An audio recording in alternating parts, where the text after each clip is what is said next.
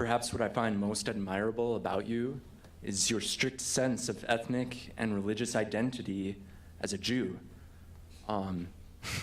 Your Jewish background has clearly played a significant role in influencing or shaping the political, social, and cultural ideals and values that you have, as well as your support for Israel as a nation state.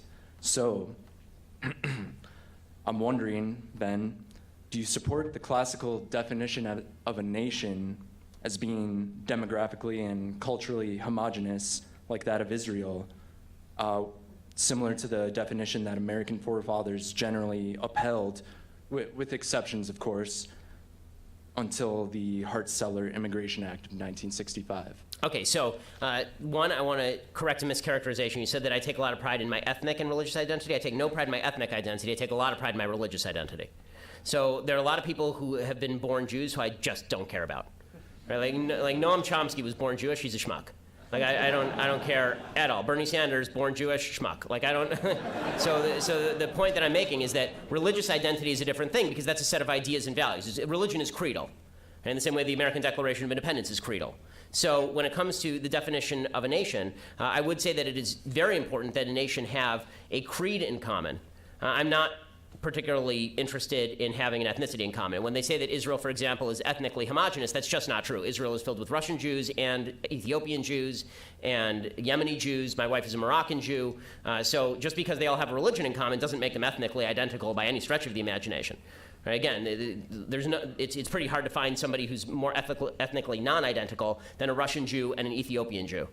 So the reason that I believe in Israel as a nation state is not for ethnic reasons, it's because of religious observance reasons, that Israel is a place where the religion of Judaism can thrive and be safe, which I think is an important thing. And I think the same thing is true in the United States when it comes to the creed of the United States. I think America is a creedal country. I think it's what has made America great. Now, that's not to say that everybody who comes into the country has an equal capacity to assimilate to that creed. The assimilation capacity of people, I don't think, has to do much with ethnic identity. I think it does have to do with cultural identity. I think there are cultures that come into the country, people who come from various cultures, who may not be as easily able to assimilate, because obviously that's just the case. I mean, there are people who come in and they already know English. There are people who come in and they've already had a history with Western democracy. There are people who come in and they've never seen a gay person before, and in their old country, gay people were caned and killed. So it's important to recognize that cultures are not the same thing as ethnicities. And I think it's a dangerous game to play when we say that that ethnicity means culture when they clearly do not mean anything of the sort.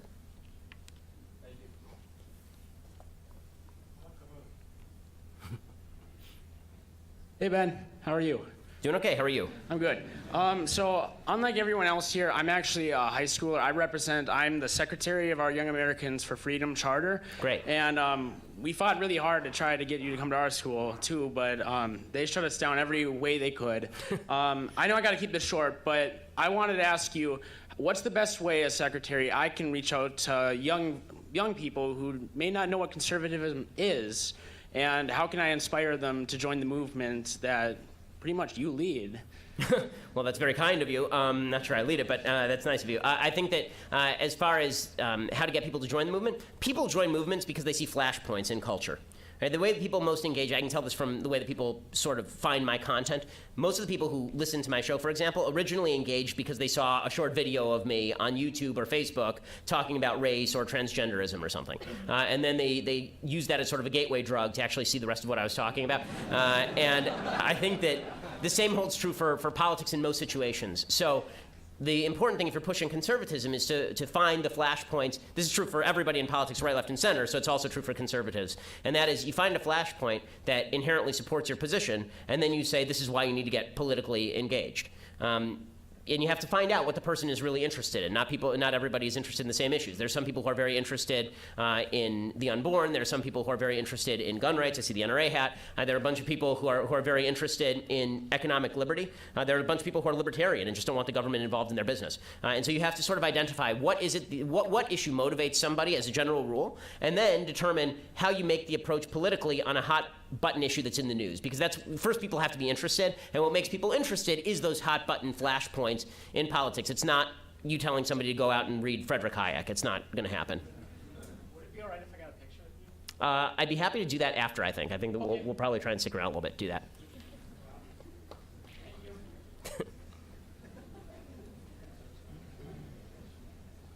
Hi. Howdy. So let's say hypothetically there's a young man here who is dating a young woman who tends to lean very far left.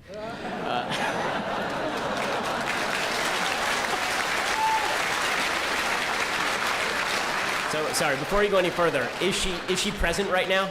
No, she is not. Okay, good, so I can be honest. All right. All right, so how might, do you have any advice for how this young man might go about exposing her to some new ideas without the relationship crashing and burning? Oh, you're an optimist. Okay. So, you, my friend, are making a very large mistake.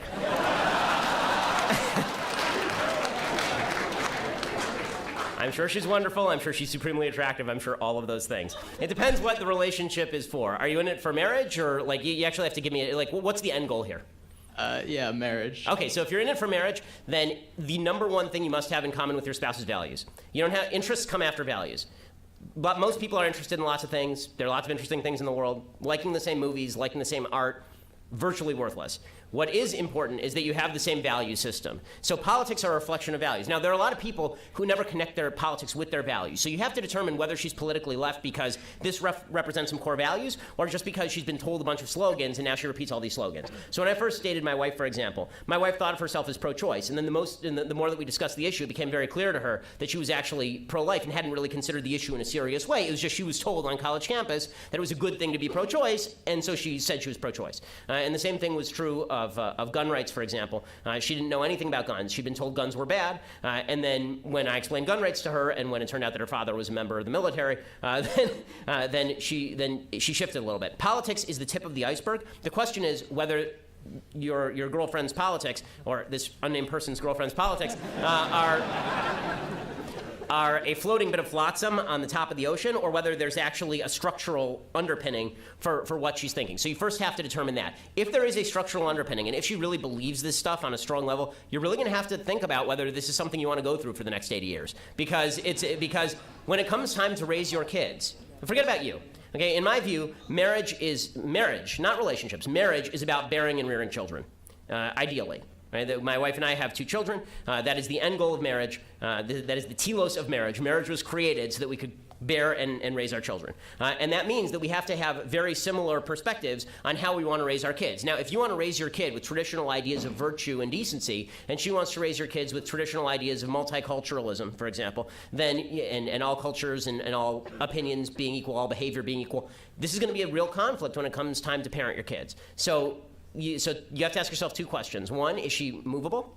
And 2, if she's not movable, what is your end goal here? Because there's lots of fun to be had in life, but when it comes time for marriage, marriage is, as all the married people in the room know, marriage is not the time for fun. Marriage is when it comes time for marriage. I've not totally true. I love my wife and we have a great marriage, but see, I know she's watching. But when it comes time for marriage, it is deeply important that you put values before all of the other ancillary things. If you have values in common, your marriage can outlast anything. If you don't have values in common, then the first break and the thing's over.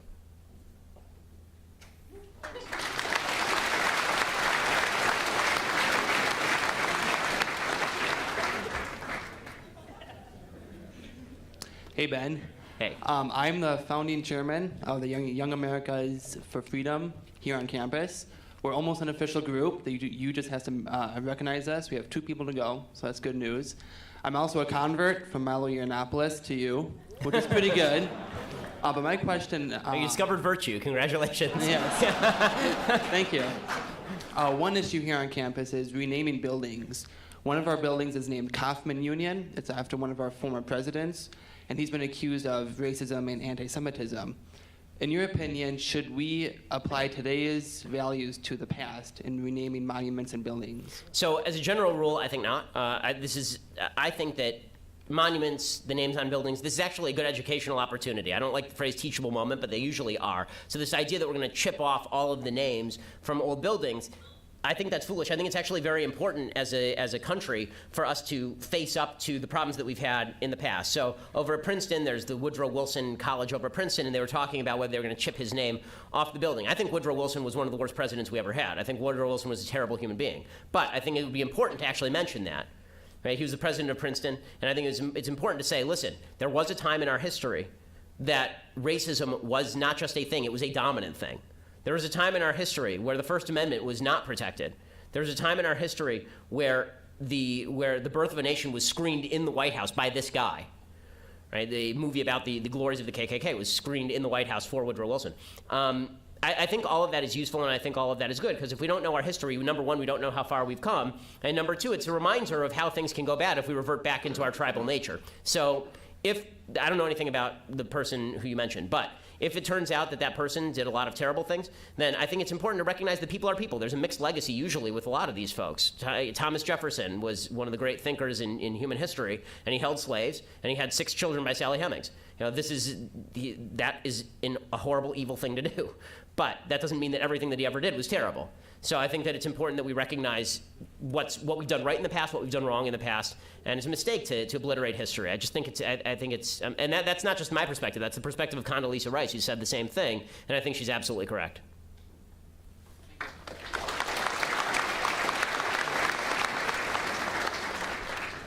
Hey, Ben. Howdy. So I've been following you since your Piers Morgan interview years back. That was awesome. Question. So I hear you put a lot of emphasis on the free market, fixing, for example, like racism and being self-regulatory. A pure example of this is if a business refuses business to a minority, a competing business will pop up and steal the business of folks who found the former business immoral, and that will run the racist business out of business. If you're following me here. All right. I got you. All right, so with a country so large as the United States, couldn't there still be enough niche market to keep the original business afloat?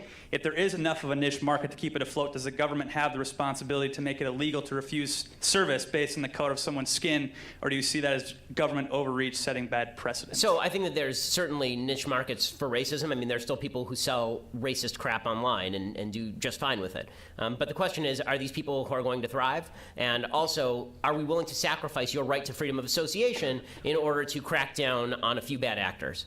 And this is always the question when it comes to rights.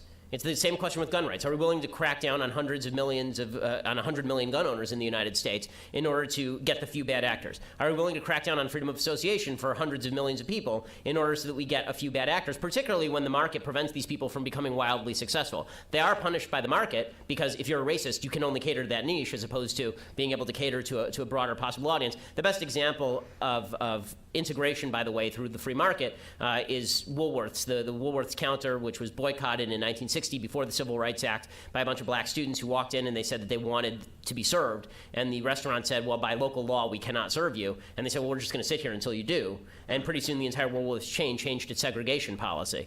And that's because there were a bunch of people who said, we're not going to shop there anymore, right? The Montgomery bus boycott is another example of this sort of stuff working. I think that is effective. I think it's actually more effective now than it was then, because then you were at least bound by location. Right? What if there was no competing business that could find a place to rent across the street? Now everything's online. So you can get anything online. Now, all these people who are walking into Christian bakers and demanding that they serve their same-sex wedding, first of all, if you can't find a gay baker in the United States, I don't know where you live. But second of all, there are lots of cake-making companies that you can go online and just buy a cake from them. And if that Christian is willing to lose the business, well, then the Christian's willing to lose the business. It seems to me that's a much better cure for the problem of supposed discrimination than saying that we are going as a government to regulate who you can and cannot serve as a client. As I pointed this out to Jimmy Kimmel, who was doing this, one of my favorite punching bags. Jimmy Kimmel was saying this about exactly this case with the gay bakers. And I said, well, Jimmy, I would like for you to write me a comedy routine about the nastiness and horrors of Hillary Clinton and Barack Obama, and I demand you do so right now. Right? This is your skill set. How dare you deny me service? Just because I'm a conservative, you're going to deny me service? That's discrimination. How could you do such a thing? The same principle that allows Jimmy Kimmel to refuse me service allows the Christian couple to refuse to serve the same-sex wedding. And I'm pretty extreme when it comes to the freedom of association. I think that you should be able to reject anybody from your business you want to, even if you're a piece of crap and you reject people you really shouldn't. Are you still going to push for a debate with Kimmel? Oh, I'm happy to debate Jimmy Kimmel anytime, anywhere. He can wake me up in the middle of the night. Let's do it.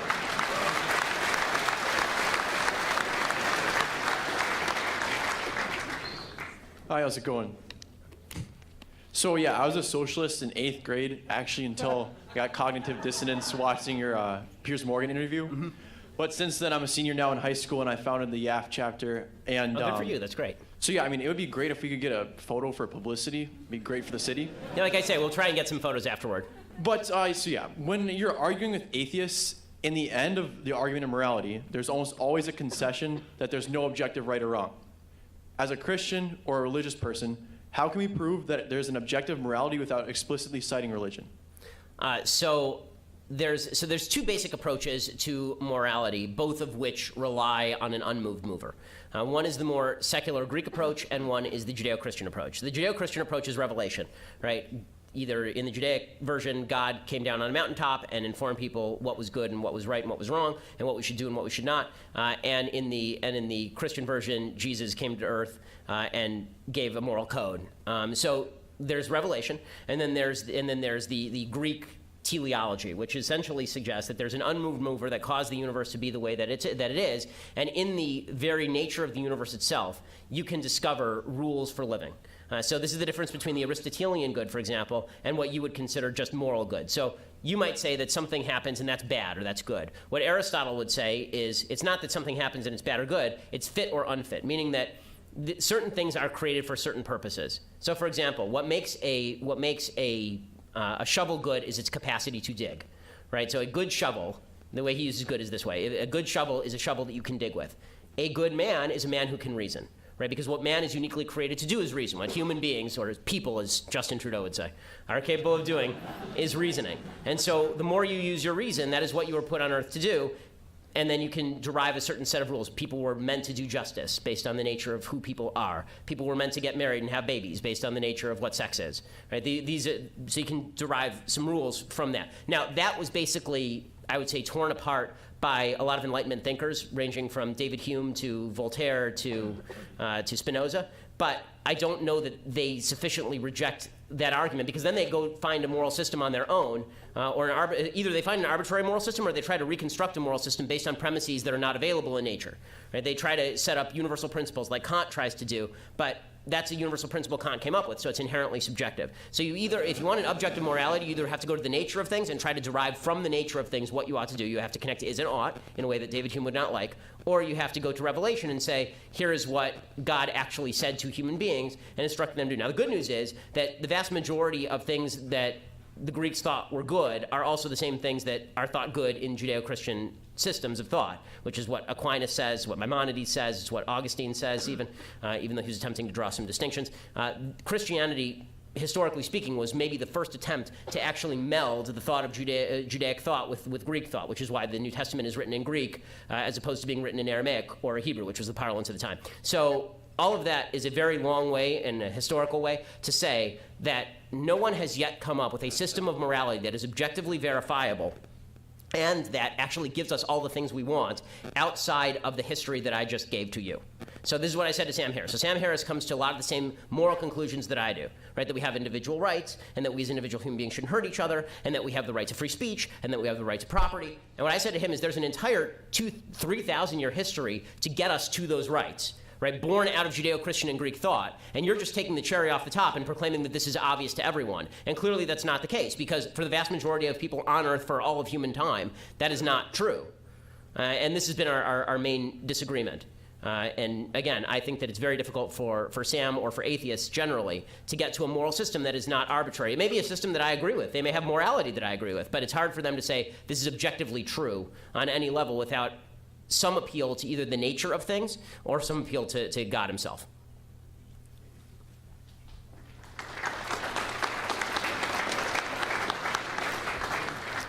Hey, Ben. So I'm definitely a left-leaning student, but I listen to your podcast every day. Well, thank you for coming and thank you for listening. I appreciate it. Thank you. So my question is about race and culture. So while I agree with you that when you look at white America, it's silly to say that the majority of white Americans are actively trying to prevent you from getting to where you want to be. I'm East Indian, and I have definitely experienced some racism, but I never felt as though it keeps Indians from succeeding. So I do think there's a cultural component that supersedes the color of your skin. But I also think that it's naive to say that it just so happens that the same minority groups that have been historically oppressed happen to have cultures that are less conducive to success.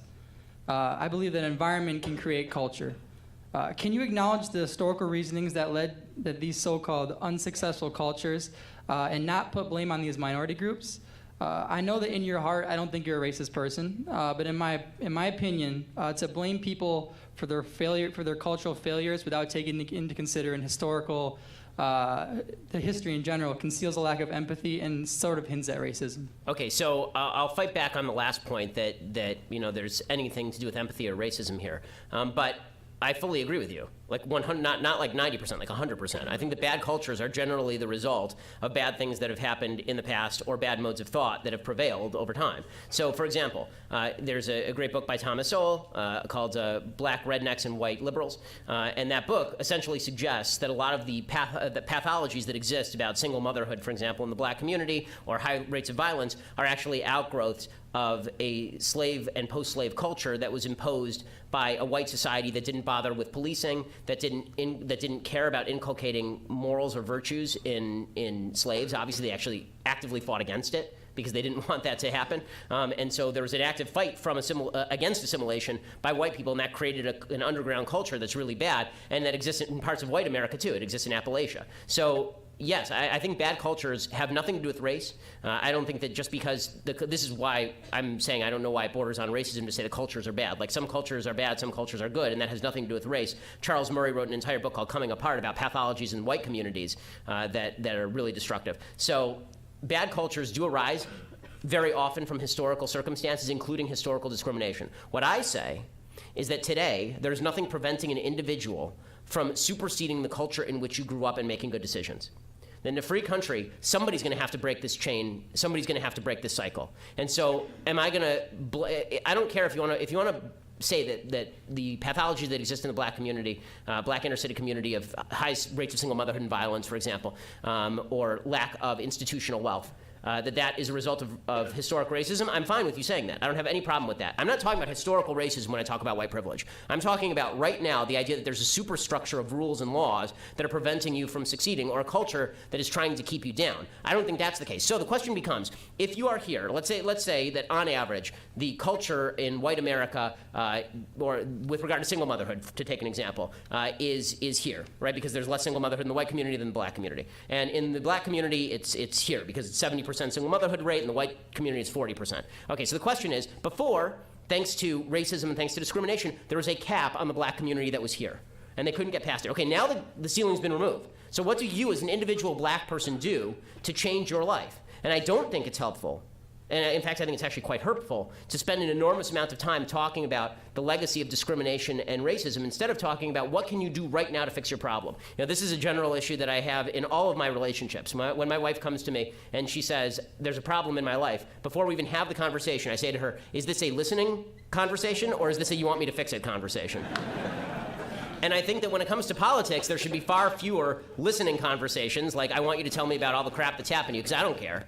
I mean, I care, but it doesn't. But now the question is, what you going to do? Right? That's a much more important conversation, because we only have 5 minutes together. Is that 5 minutes going to be spent on all the terrible things that happened, which I fully agree with, that I would have fought if I were there, but I wasn't? Right? Are we going to spend 5 minutes talking about all the terrible things that happened to blacks and Jews and gays and women and Hispanics in the United States? Or are we going to talk about right now what you can do to succeed? Because I don't think that the rules are holding you back. So I've never, ever, at any point suggested that there's not been historic discrimination against black people, or even that current-day poverty is at least in part an outgrowth of that historic discrimination. What I have suggested is that if you are using that historic discrimination as a reason why you are not, as an individual human being, becoming more income mobile and not making good decisions, no one is making the call for you right now as an individual to get that girl pregnant. And that's the argument that I'm making. Can I say one thing? Sure, yeah. So I guess, like, would you... you have to admit, though, that between different races and different cultures, there are different levels of success, and there's definitely, you would expect that somebody who grows up with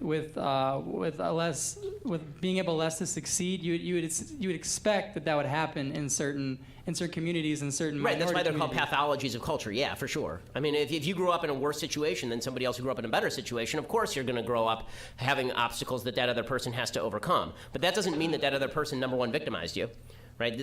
There's no one in America today, for example, who's enslaved a black person that I know of, or if they have, they'd be in jail. I'm sure that nobody in this room, right, none of the young white people in this room were alive during the times of Jim Crow. So the question is, do we take away from the white people in this room to rectify historic injustices, or do we recognize that history is filled with historic injustices, and now we're going to have to find a way to overcome those obstacles together without redistributing income, for example? Now, I have called for movements, for example, for companies to go into inner cities and make a deal with students in inner cities and say to them, listen, you get good grades and we'll pay for your college, and then you come afterward and you work for us for 3 years to pay off that debt. I think there are things that we can do in the private sector. This is why I think religious communities are so important. I'm not against charity. I'm not against us as individuals going out and helping people. What I am against is the idea that the government can fix this problem, because the government cannot fix historic inequity.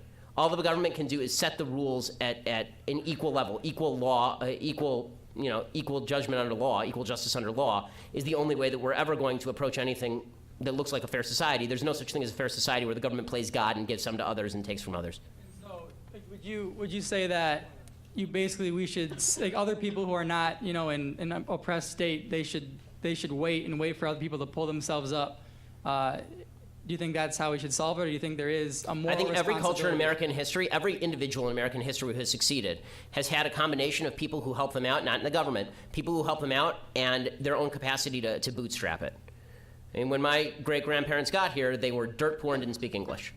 Great-great-grandparents got here. They were dirt poor and didn't speak English. This is true for virtually everybody in the room, right? At some point, somebody came over here and they were dirt poor and didn't speak English. And that doesn't mean that on a generational level, people are going to go from 0 to 100. But it does mean that we're going to need to move in the right direction as opposed to sitting around and talking about historic injustice all day, because that doesn't get anything done. Thank you. Thanks so much.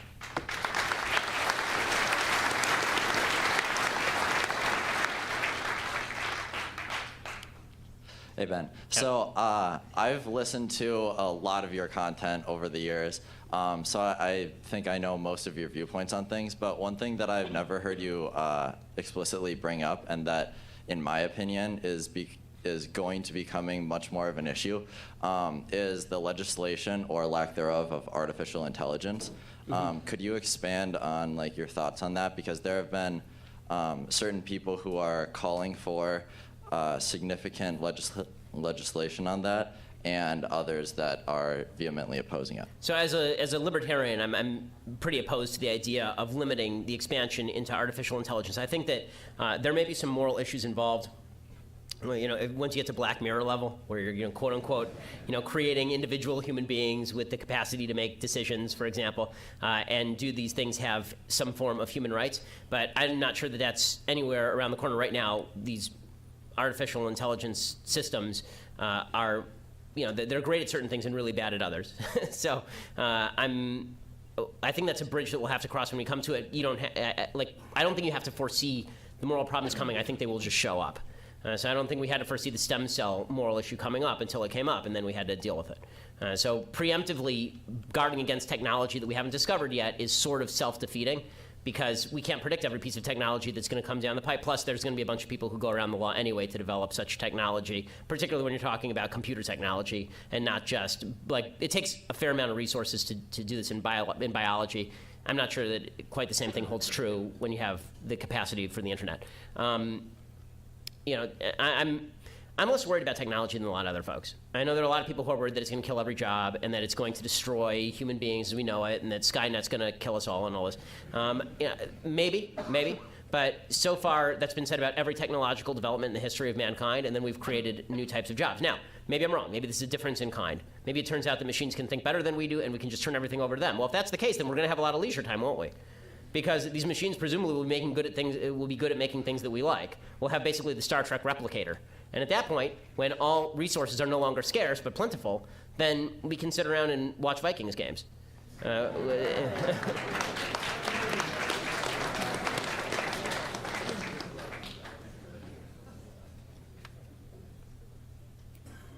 Mr. Shapiro, thank you for coming out here. It's an honor to listen to you. I'm Bennett, and I am a junior in high school, part of the YAF chapter that we have.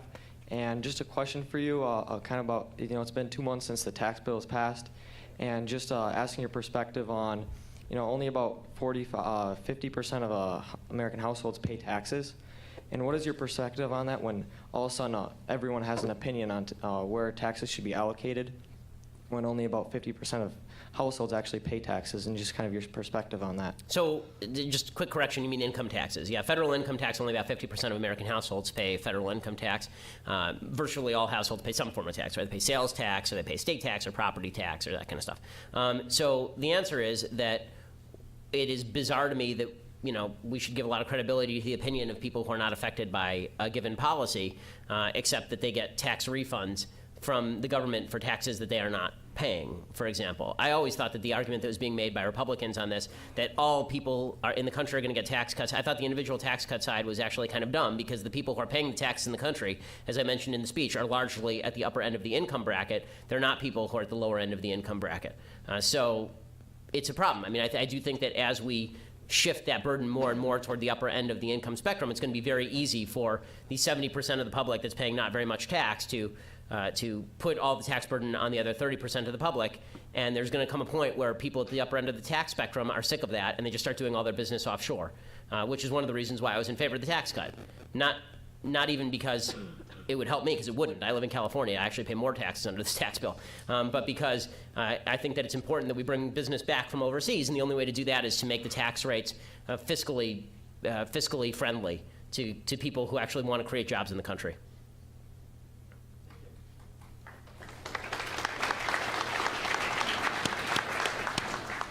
Hi, Mr. Shapiro. Thank you for coming tonight. Just want to start by saying I was the chair of the College Republicans here from 99 to 2000, former GOP staffer, and just want you to know I'm on the team. But now... That said, I work for the university now. Mm-hmm. And you've always been a champion for honest debate. I'm aware of both sides of the argument around you being in St. Paul tonight. With only one date to work with that you were available to be here, you were given the largest available room on campus. And I'm just wondering, your organizers of this event helped select the room. I have the emails to back that up. So isn't YAF threatening a First Amendment lawsuit about your location falling into the victim mentality that identity politics is based on? So I will be honest with you. I've been taking the information I'm getting from YAF and from the students. So I assume they would tell a different story than the one that you're telling, because that's the story they've been telling me. If I look at both sides of the issue, and it turns out that that's the case, that you guys basically just came to an agreement, this is the best available place, that you couldn't find a bigger hall, that we actually needed 100 cops, that all that is the case, then I'm more than happy to say that I think that would be victim mentality and we shouldn't do that. What I am seeing is a pattern across the country of this sort of stuff happening on a routine basis, specifically citing security needs. And I think that that's something we have to take into account, and that's something that's dangerous. Like, this is not the first university where members of the general public have been, there are a lot of universities where members of the general public have been barred. There are a lot of universities where they've shifted me to other smaller sites. There are lots of universities where they've canceled me outright because of this. And so if in this situation that's not what's happening, I'm perfectly happy to retract my critique of the university. If the university legitimately did the best that it could, and you have the emails to back that up, and all of that, more than happy to say that it's inappropriate for anyone to go after you. More than happy to do that. But there is a heckler's veto of the state, and it's also possible that you guys didn't do anything wrong, but what's happening is that security situations are becoming so complex because of the left and because of what they're doing that it's a bad situation for everybody all around. My suggestion is, again, I'm from the outside. All I can see is that I walked through a room downstairs with literally 100 police officers in it. I don't know if there are any protesters outside. My guess is probably not. If there are very few. It's cold. By my standards, and so if you're going to staff 100 police officers, it seems weird to me that we can't do it at a hall that holds 1,200 people as opposed to 500. But again, as I say, if you show me the evidence, I'm more than happy to change my opinion on it.